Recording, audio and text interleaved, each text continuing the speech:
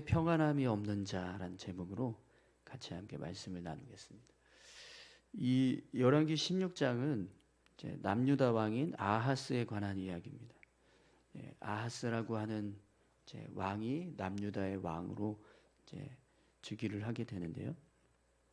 근데 오늘 이제 말씀을 보면 이 아하스를 이렇게 소개합니다. 2절에서 우리 4절까지 말씀 보겠습니다. 아하스가 왕이 될 때에 나이가 20세라 예루살렘에서 16년간 다스렸으나 그의 조상 다윗과 같이 아니하여 그의 하나님 여호와께서 보시기에 정직히 행하지 아니하고 이스라엘의 여러 왕의 길로 행하며 또 여호와께서 이스라엘 자손 앞에서 쫓아내신 이방 사람의 가증한 일을 따라 자기 아들을 불가운데로 지나가게 하며 또 산당들과 작은 산 위에 모든 푸른 나무 아래에서 제사를 드리며 분향하였더라. 아멘.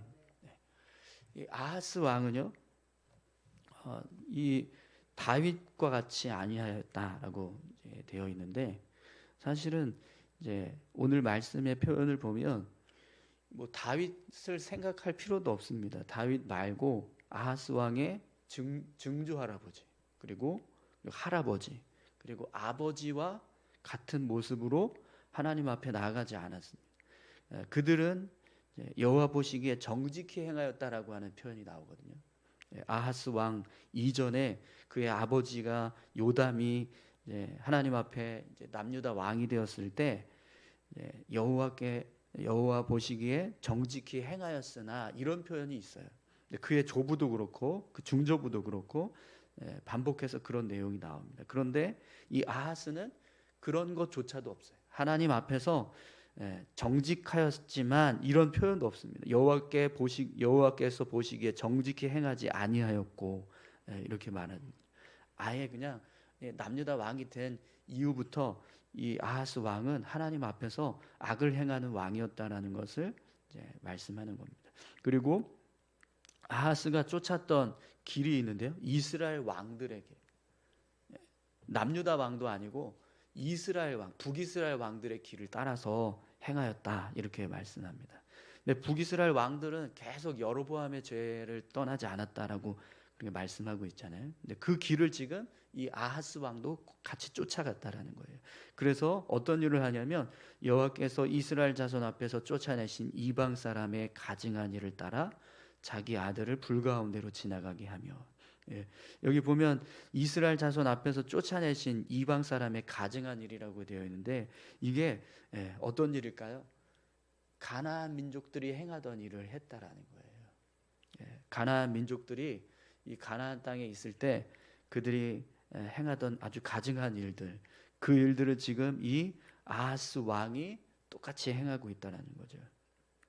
그러면 이 아하스라고 하는 이 왕이 어떤 사람인가, 이 말씀들을 보면 너무나 분명하게 알 수 있습니다. 이 아하스는요, 하나님을 전혀 섬기지 않는 사람, 하나님을 전혀 믿지 않는 사람입니다. 가나안 민족의 풍습을 따라서 가증한 일을 행하고 북이스라엘 왕들이 쫓았던 그런 신들을 의지하고 온갖 우상과 이방신을 섬기는 일에 아주 극이 달한 그런 왕이었다라는 것을 알 수 있습니다. 그래서 산당들과 작은 산 위에 모든 푸른 나무 아래에서 제사를 드리며 분향하였더라 이런 표현이 나오는데요. 역대 왕들, 남유다의 역대 왕들도 하나님 보시기에 정직하였지만 산당들을 제거하지 않아서 그 백성들이 산당에서 분향하고 제사를 드렸다 이런 표현이 있는데 이 아하스 왕은요 그냥 그 정도가 아니라 모든 푸른 나무 아래에서 이렇게 표현하고 있어요. 그러니까 뭐 역대 왕들에 비하면 이건 뭐 아하스가 행한 죄는요 비할 바가 안 되는 겁니다. 그들은 그냥 산당을 조금 만들었다 치면 이 사람은 그냥 전국에다가 있는 나무, 좋은 나무라는 나무는 다 산당에 있을 정도로 그렇게 산당을 만들고 제사를 드리고 분향하는 일을 하게 했다라는 겁니다. 그래서 여러분 오늘 말씀을 보면 5절에 어떤 일이 일어나죠? 하나님 전쟁이 일어납니다. 아람의 왕 르신과 이스라엘의 왕 르말랴의 아들 베가가 예루살렘을 에워쌌으나 능히 이기지 못하니라. 이런 말씀이 나오죠. 전쟁이 일어났어요. 전쟁이 일어났는데 여러분 이 전쟁을 왜 일어났을까요? 전쟁이 왜 일어났을까요? 5절을 보시면 여러분 이때라는 표현이 나오죠. 이때라는 표현은요, 아하스 왕이 이렇게 하나님 앞에서 악한 왕이 되고 있을 때에 그때 전쟁이 일어났다 이렇게 지금 이야기하는 거거든요. 그러면 이 전쟁은 왜 일어난 전쟁일까요? 하나님의 징계로 일어난 전쟁인 것을 알 수 있습니다. 하나님께서 전쟁을 일으키게 하신 거죠. 그래서 아람 왕 르신과 이스라엘 왕 베가가 예루살렘을 침공하는 일이 일어나게 됩니다. 그런데 문제는 이 전쟁이 일어났을 때 아하스 왕이 이 전쟁을 이제 이기기 위해서 어떤 일을 하냐? 아수르 왕인 디글랏 빌레셀에게 많은 은금을 지불하고 도움을 요청합니다. 그것도 성전에 있는 은금을 다 가져다가 이 아람 왕 르신과 이스라엘 왕 베가를 막아달라고 아수르 왕에게 다 보내는 거죠. 그래서 결국에는 아수르 왕의 도움을 받아서 전쟁에서는 승리하게 돼요. 오늘 이제 말씀을 보면 전쟁에 승리하고 나서 이 아수르 왕이 이 디글랏 블레셀이라고 하는 왕이 이 아람이 점령하고 있던 다메섹이라는 이 성읍을 완전히 그냥 진멸해 버립니다. 그리고 그 성읍에 이제 아수르 이제 속국으로 이제 삼는 거죠. 그래서 이 다메섹에다가 아수르 왕이 이제 제단을 쌓아요. 자신의 신을 섬기는 제단을 쌓았겠죠. 근데 아하스 왕이 아수르 왕을 만나려고 다메섹에 갔는데 아수르 왕이 쌓은 제단을 보았습니다. 그리고 나서 그 제단의 모양과 식양을 다 똑같이 이제 베껴서 똑같이 해서 예루살렘 성전에다가 똑같은 제단을 만들라고 우리야 제사장에게 명령을 해요. 그래서 다메섹에서 돌아오기 전에 이제 그 명령을 받은 우리야라고 하는 제사장이 이제 예루살렘 성전에다가 아수르 왕이 만들었던 그 제단과 똑같은 제단을 이제 만듭니다. 그리고 나서 이제 아하스 왕이 다시 예루살렘으로 돌아와서 그 제단에서 이제 제사를 드리는 거예요. 오늘 말씀을 보면 12절부터 한번 보시겠어요? 왕이 다메섹에서 돌아와 제단을 보고 제단 앞에 나아가 그 위에 제사를 드리되 자기의 번제물과 소제물을 불사르고 또 전제물을 붓고 수은제 짐승의 피를 제단에 뿌리고 또 여호와 앞 곧 성전 앞에 있던 놋제단을 새 제단과 여호와의 성전 사이에서 옮겨다가 그 제단 북쪽에 그것을 두니라. 아하스 왕이 제사장 우리아에게 명령하여 이르되 아침 번제물과 저녁 소제물과 왕의 번제물과 그 소제물과 모든 국민의 번제물과 그의 소제물과 전제물을 다 이 큰 제단 위에 불사르고 또 번제물의 피와 다른 제물의 피를 다 그 위에 뿌리라. 오직 놋제단은 내가 주께 엿줄 일에만 쓰게 하라 하매. 아멘. 여러분 지금 이 아하스 왕이 이 아수르 왕이 만들었던 그 제단과 똑같은 제단을 만들어서 지금 막 제사를 온갖 제사를 지금 다 드렸잖아요. 근데 이 제사를 누구에게 드렸을까요? 하나님께 드렸을까요? 아니요. 아수르 왕이 섬기는 신을 향해서 제사를 드린 겁니다. 그리고 이 아하스 왕이 이런 명령을 내려요. 오직 놋제단은 내가 주께 엿줄 일에만 쓰게 하라. 이 놋제단이 뭐냐면 원래 예루살렘 성전 밖에 번제단으로 만들어놨던 그 제단. 지금 이제 오늘 말씀에서도 보면 그걸 이제 새 제단과 여호와의 성전 사이에 옮겨다 놓으라 이렇게 이제 이야기를 했었죠. 그래서 그걸 북쪽에서 그것을 이제 두니라 이렇게 말씀하고 있는데요. 그러니까 원래 있었던 제단의 자리에 있는 것을 옮겨다가 이제 아수르 왕이 제단 쌓았던 그 제단, 똑같은 제단과 그 성전 사이에 이제 두고 그 제단은 자신이 하나님께 뭔가를 여쭙거나 하나님의 뜻을 알 때만 쓸 테니까 거기다 두라고 그렇게 이야기합니다.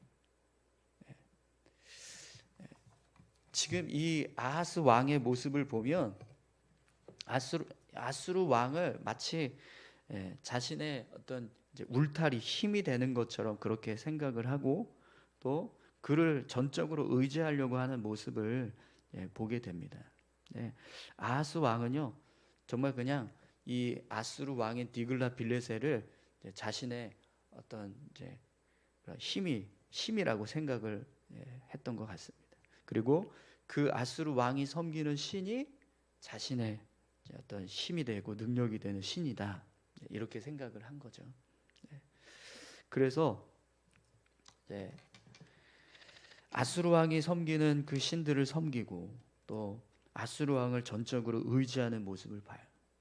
그럼 여러분 이렇게 아수르 왕이 자신에게 힘이 되고 또 아수르 왕이 섬기는 신을 잘 이렇게 섬기면 그의 삶의 모습이 좀 평안해야 될 거 아니에요, 그죠?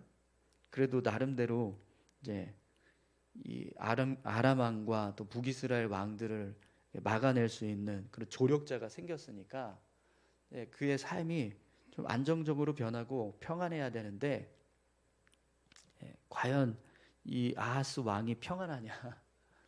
그렇지 않습니다.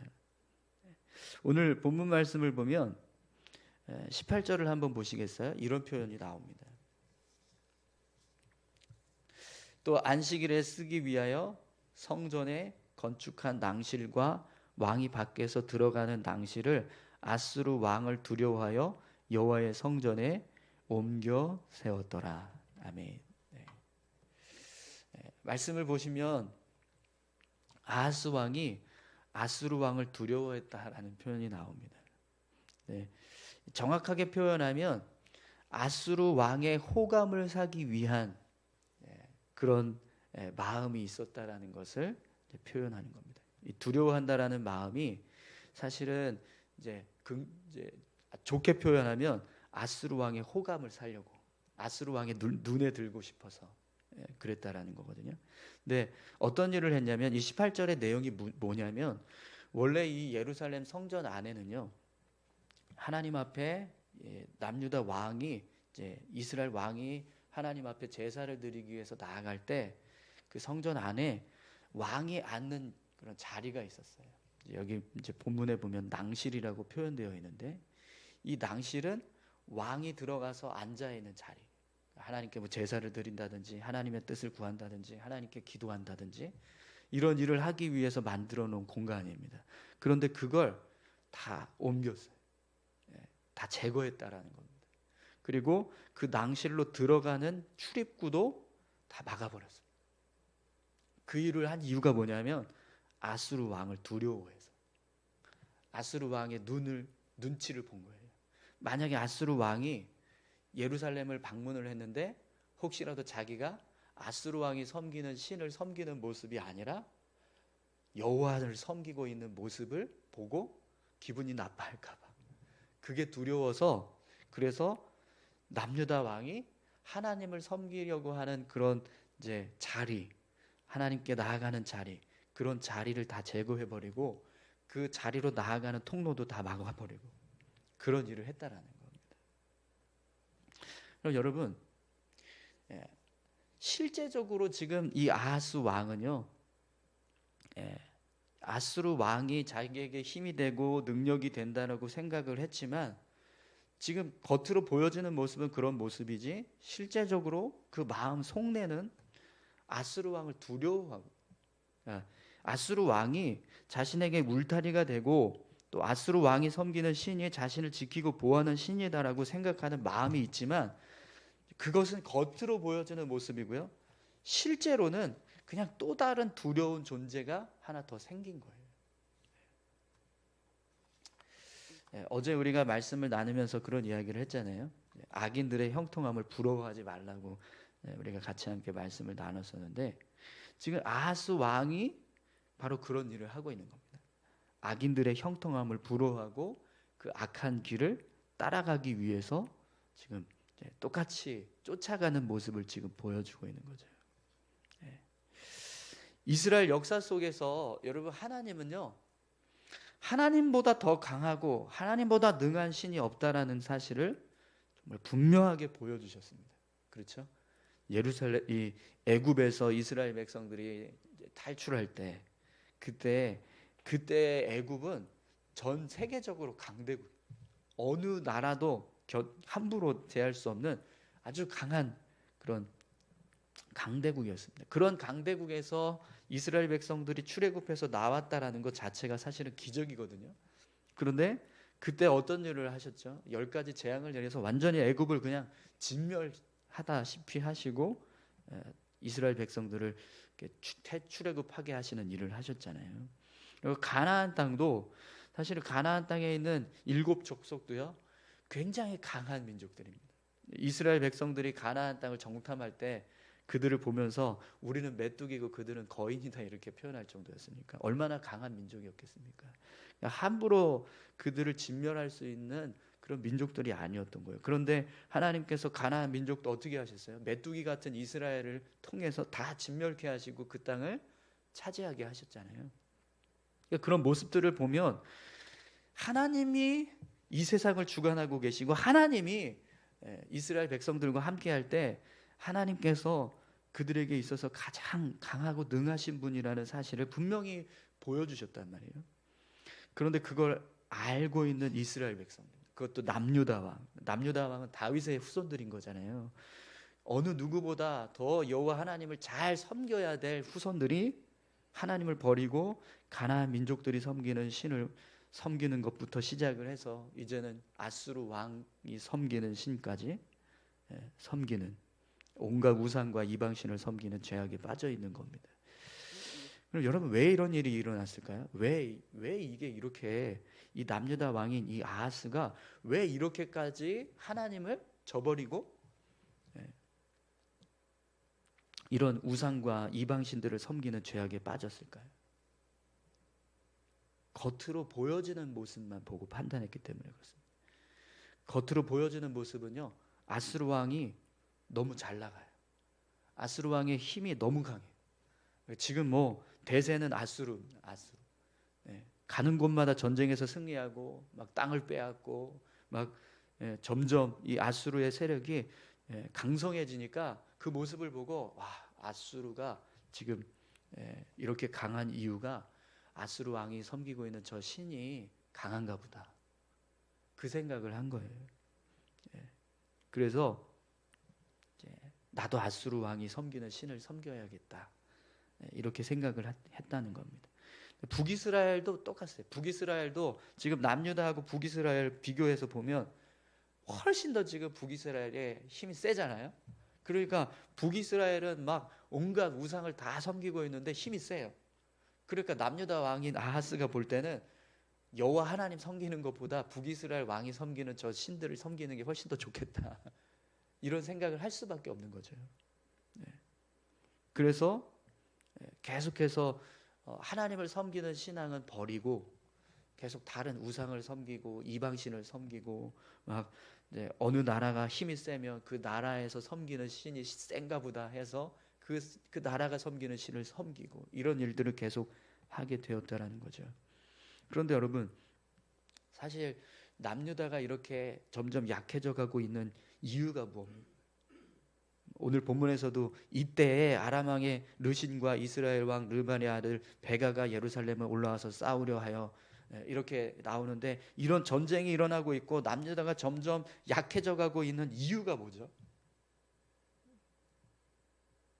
그냥 여호와 하나님이 약해하시기 때문에 그렇습니까? 남유다가 섬기는 하나님이 약해서인가요? 그게 아니잖아요, 그죠?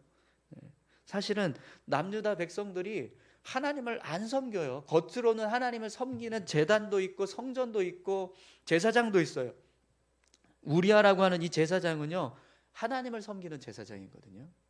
오늘 본문에 나오는 이 우리아라고 하는 사람, 이 사람은 아수르 왕의 신을 섬기는 그 제사장이 아니에요. 하나님을 섬기는 제사장이에요. 하나님을 섬기는 제사장도 있고 예루살렘 성전도 있고 또 안식일마다 거기 들어가서 제사하고 있고 또 매일 아침마다 소제와 전제를 드리는 상번제가 계속 이루어집니다. 그러니까 나름대로는 하나님을 섬기는 것처럼 보여요. 남유다 왕이 하나님을 의지하고 있는 것처럼 보입니다. 그런데 실제적인 영적인 모습으로 보면 겉으로 드러나는 모습은 하나님 섬기고 있다라고 하지만 실제적인 그들의 신앙, 그 마음 중심에 있는 그들이 의지하고 있는 신들은 하나님이 아니잖아요. 그죠? 다른 가나안 민족들이 섬기는 신들이었고 이 북이스라엘 왕이 섬기는 신들이었고 또 오늘은 이제 아수르 왕이 섬기는 신을 의지하는 모습이 계속 보여주고 있습니다. 그 모습 때문에 하나님께서 이들에게 은혜를 주시지 않아서 지금 이 남유다가 점점 약해져 가고 있는 거지, 사실 하나님의 그 가나안 민족들이 섬기는 신이나 아수르 왕의 신을 섬기는 신보다 약해서 남유다가 약해지고 있는 게 아니거든요. 그런데 그건 생각하지 않고 그냥 겉으로 보여지기에 아수르가 대세니까 그 나라가 섬기는 신이 강한가 보다, 북이스라엘의 힘이 세니까 북이스라엘이 섬기는 신들이 강한가 보다, 이렇게 생각하면서 자꾸 하나님을 버리고 다른 신만 섬기는 일을 하고 있다는 거죠. 그런데 여러분, 하나님께서 이스라엘 백성들에게 분명히 말씀하셨습니다. 하나님만 섬기라고. 그죠? 그리고 하나님이 이 나라를 붙잡고 계실 때 가장 강성해질 수 있다라고 하는 말씀을 이미 여러 차례 하셨습니다. 수많은 선지자들을 통해서. 오늘 이제 내일 말씀을 보면 그런 이제 내용들이 나오는데, 남유다도 그렇고 북이스라엘도 그렇고요. 끊임없이 하나님께서 나를 향해서 돌아오라고 말씀을 하세요. 근데 그걸 이 남유다 왕도 그렇고 북이스라엘 왕도 그렇고 그렇게 하지 않습니다. 그러면 그렇게 하지 않아서 다른 신들을 섬기고 다른 왕들이, 다른 나라 사람들이 섬기는 신들을 섬겼을 때 그러면은 마음이 좀 평안해야 될 거 아니에요. 그죠?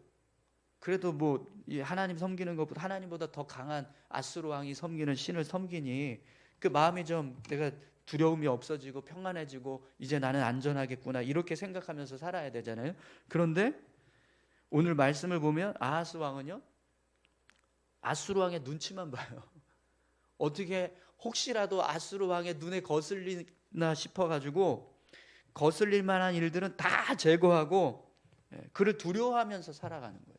이건 이 아수르 왕이 나에게는 울타리가 되고 나를 안전하게 지켜주는 나의 어떤 힘이 되고 능력이 되는 그 모습이 아니라 그냥 또 다른 두려운 존재만 생긴 것뿐인 거예요. 근데 하나님은 그렇지 않습니다. 하나님을 섬길 때는요, 하나님을 두려워하는 마음은 있지만 그 두려움은 하나님을 경외하기 때문에 두려운 거지 하나님이 무서워서 두려운 게 아니잖아요. 여러분, 오늘 저와 여러분들 중에 하나님을 두려워하는 마음이 있는데 그 두려움이 하나님 무서워서 두려워하시는 분 계세요?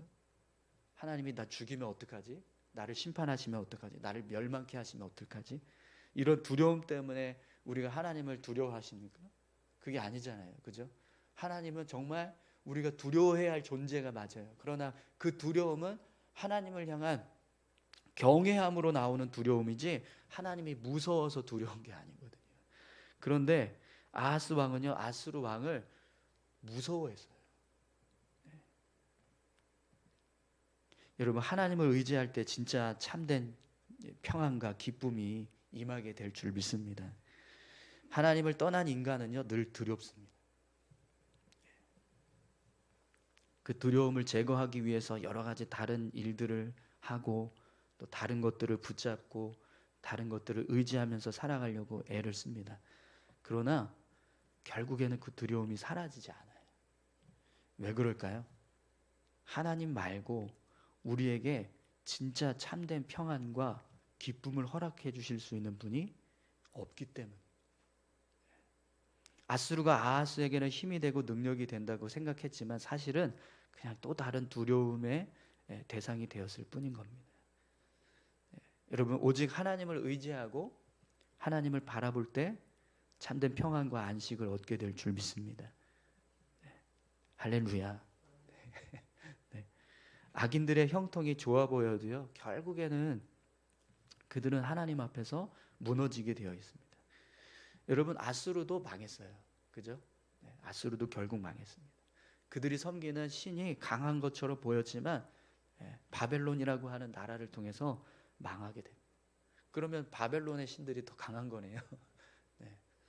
근데 그렇지 않습니다. 성경은요, 하나님께서 역사를 주관하시면서 아수르를 바벨론에 의해서 망하게 하셨다라고 분명하게 우리에게 알려주고 있어요. 하나님이 하신 일이라는 거죠. 네. 여러분, 우리는요, 그걸 봅니다. 그냥 겉으로 보여주는 힘, 어느 나라가 강성한가, 어느 나라가 군사력이 센가, 그걸 보면서 저 나라가 대세구나 라고 생각하는 게 아니라 이 세상을 주관하시는, 역사를 주관하시는 하나님이 계시다는 걸 봐요. 그걸 보면 우리 삶에 무엇을 붙잡아야 하는지를 우리가 분명하게 알 수 있습니다. 여러분, 오늘 저와 여러분들이 눈에 보이는 세상의 모습만 보지 마시고 눈에 보이지 않는 하나님의 역사를 바라보시기 바랍니다. 그럴 때 우리 삶이요, 진짜 참된 평안과 기쁨으로 채워지게 될 줄 믿습니다.